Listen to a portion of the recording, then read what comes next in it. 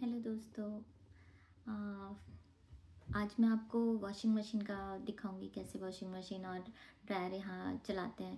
क्योंकि अपने इंडिया में वॉशिंग मशीन तो उसी में ड्रायर करके निकल जाता है, बट यहाँ अलग से ड्रायर चालू होता है, तो वो मैं आपको दिखाऊंगी।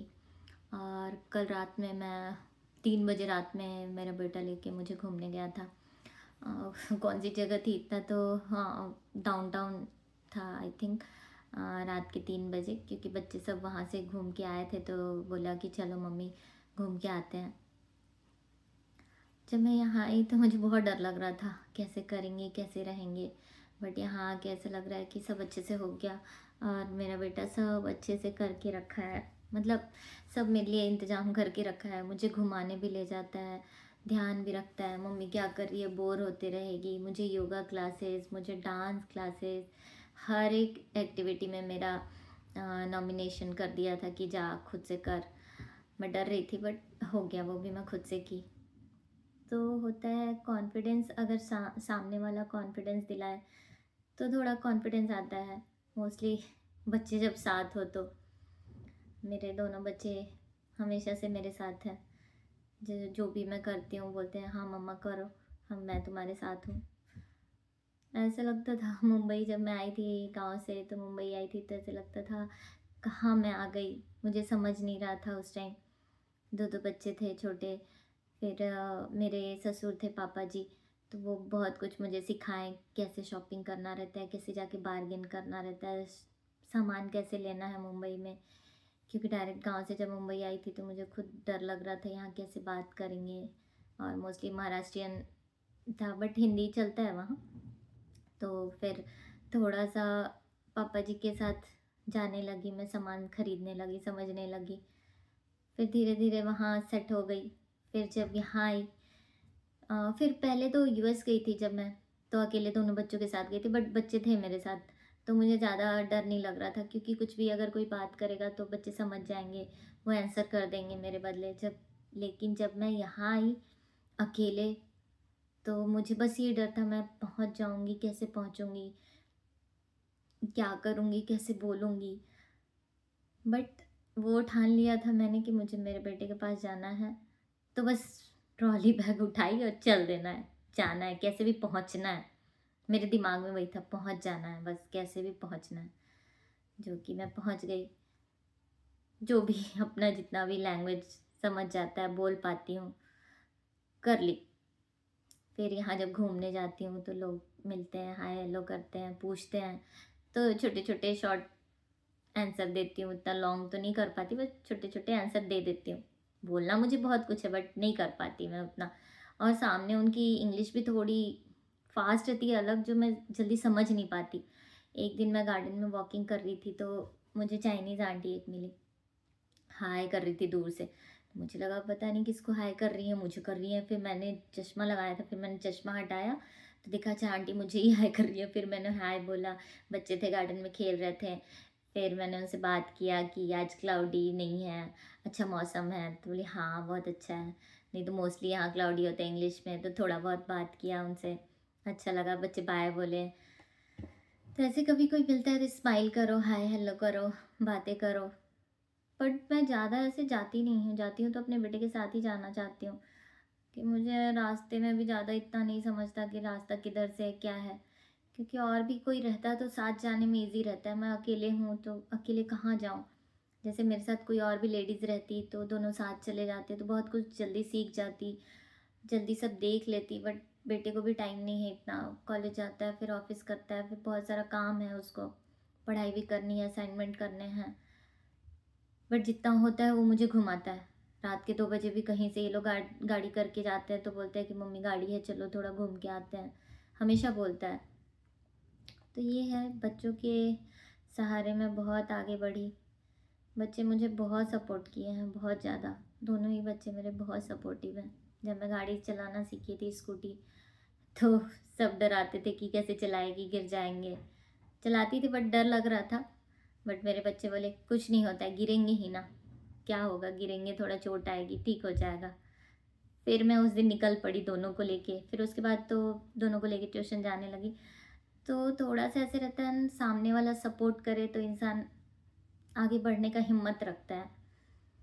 और मैं बहुत डरती हूँ, हर चीज़ों से बहुत डरती हूँ, मुझे बहुत डर लगता है हर चीज़ों से।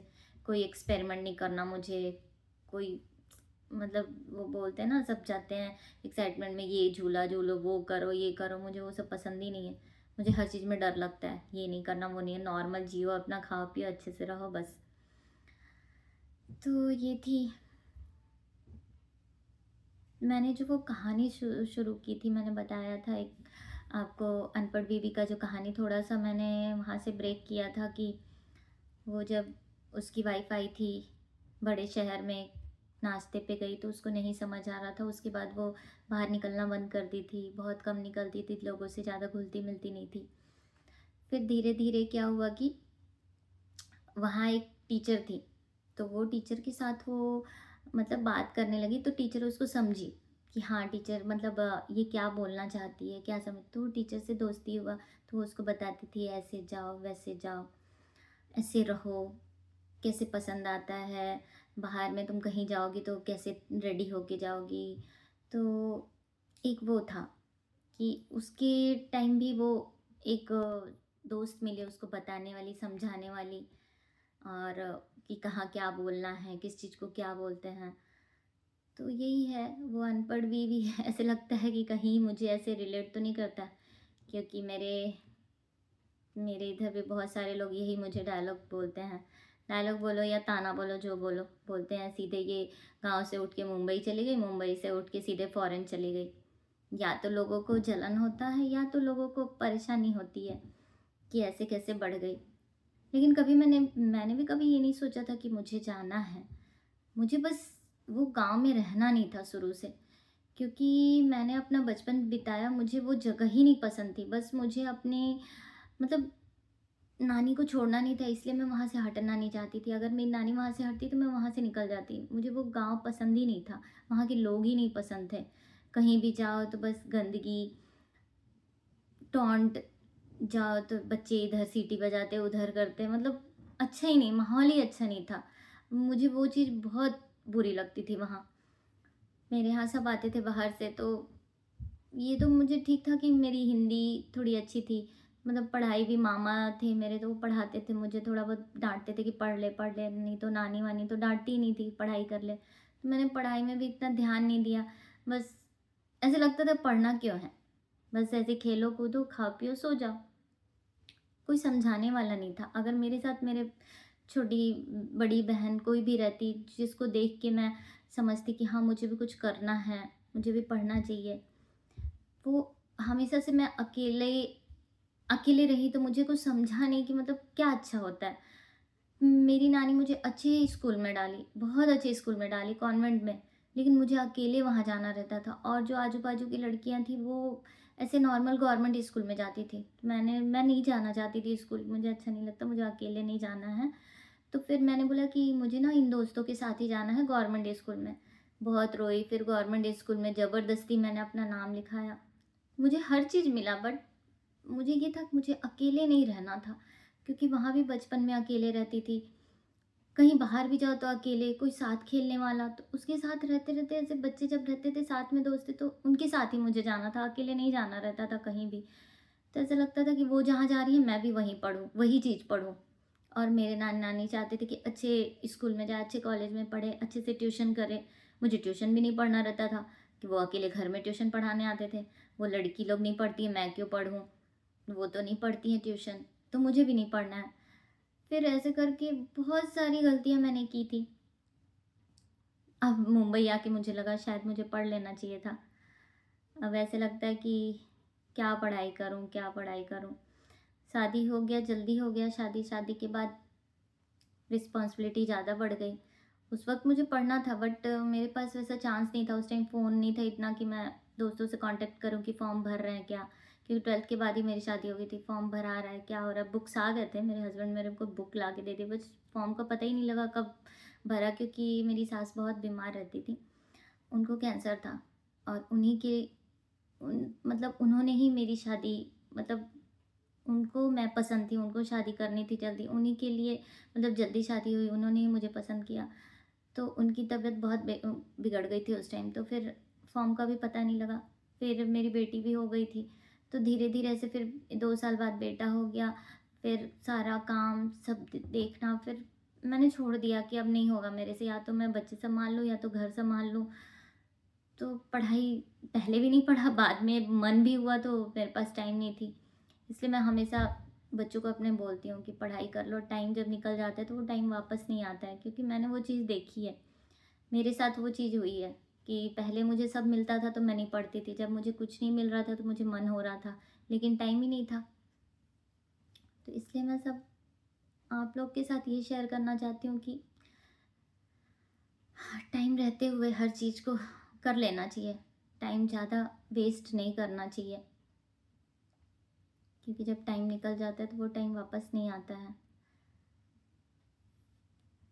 तो यही था, आज बताना था मुझे। थोड़ा-सा ऐसे लग रहा था कि मुझे कुछ थोड़ा-सा अपने बारे में बताना चाहिए। और ये मुझे हमेशा से गिल्ट रहता है कि शायद मुझे थोड़ा पढ़ाई कर लेना चाहिए। उस टाइम जब पढ़ने का टाइम था मेरे पास तो मैंने किया नहीं। तो वो गिल्ट मुझे हमेशा रहता है, और वो गिल्ट के साथ मैं हमेशा जीते रहती हूँ। लेकिन मुझे डर भी लगता है कि अगर मैं चाहूँ तो अभी भी पढ़ सकती हूँ। मुझे करना है, ऐसा नहीं है, मैं कर सकती हूँ। अगर मैं स्टार्ट करूँ तो मैं कर सकती हूँ। लेकिन ऐसे लगता है अब क्या करना है, छोड़ो, सब तो है ही, क्या ज़रूरत है पढ़ने का, नहीं पढ़ना है। लेकिन ऐसा नहीं है। अगर आपको पढ़ने का है, आपको सोच है कि मुझे कुछ करना है तो करना चाहिए आपको ज़िंदगी में, कभी रुकना नहीं चाहिए। मैं जब मुंबई आई तो बहुत कुछ सीखी, बहुत कुछ सीखी। मतलब मुझे ऐसा लगता था कि शायद सबसे ज़िंदगी का सबसे बड़ा मैंने यही एक अच्छा काम मेरे साथ भगवान ने किया था कि मुझे, मतलब शादी के बाद मैं यहाँ आ गई, वो गाँव में नहीं रही। तो ये मुझे बहुत अच्छा लगा कि भगवान जी मेरे साथ थे। मुंबई ने मुझे बहुत कुछ दिया है, बहुत कुछ सिखाया है। मुंबई आने के बाद ही मैं, मतलब खुद को जी पाई हूँ, खुद को खोल के, मतलब बाहर जा पाती थी खुद से। मतलब अच्छा लगता था मुझे, मुंबई में आके बहुत कुछ सीखने को मिला, बहुत ज़्यादा। फिर धीरे-धीरे मैंने जॉब स्टार्ट किया। मैंने किसी को नहीं बताया था जॉब के बारे में, ना मैं अपने हस्बैंड को, ना किसी को। मैंने अपनी बेटी को बताया था। मैं अपनी बेटी से हर बात शेयर करती हूँ, हर बात। तो मैंने उसको बोला, तो उसने बोला हाँ मम्मा तुम करो। बट वही टाइम पे मैं जाती थी जब मुझे बच्चे स्कूल जाते थे, हस्बैंड ऑफिस जाते थे, तो वो 4 घंटे के टाइम पीरियड में मुझे इतना कुछ आता नहीं था। तो मैंने डेंटल की क्लिनिक था जहाँ मैं ट्यूशन छोड़ने जाती थी बच्चों को, तो वहाँ मैंने पता किया कि ऐसे मुझे रिसेप्शनिस्ट का ऐसे जॉब करना है। तो उन्होंने बोला हाँ मॉर्निंग का है, आप कर सकते हो, आपका क्वालिफ़िकेशन ये सब। तो मैंने बोला इतना कुछ क्वालिफ़िकेशन नहीं है, मैंने इतना ही पढ़ाई किया है, वो भी काफ़ी साल हो गए मुझे, मैंने गाँव से सब किया है। तो ठीक है, यहाँ सिखा दिया जाएगा। फिर मैंने वहाँ से शुरुआत किया। फिर मुझे करते-करते मुझे बहुत अच्छा लगा, बहुत कुछ सीखा मैंने डेंटल के बाद। रिसेप्शन के साथ-साथ फिर बाद में मुझे असिस्टेंट का रोल मिला, जो कि डॉक्टर के साथ मिलके असिस्ट किया जाता है। जैसे डेंटल में सर्जरी होती है, क्लीनिंग होती है, रूट कैनाल, बहुत कुछ, वो साथ में असिस्ट किया मैंने। तो धीरे-धीरे बहुत कुछ मैंने सीखा। फिर मैं फिर मैं रुकी नहीं, फिर मुझे करना ही था वो जॉब, तो मैं करने लगी।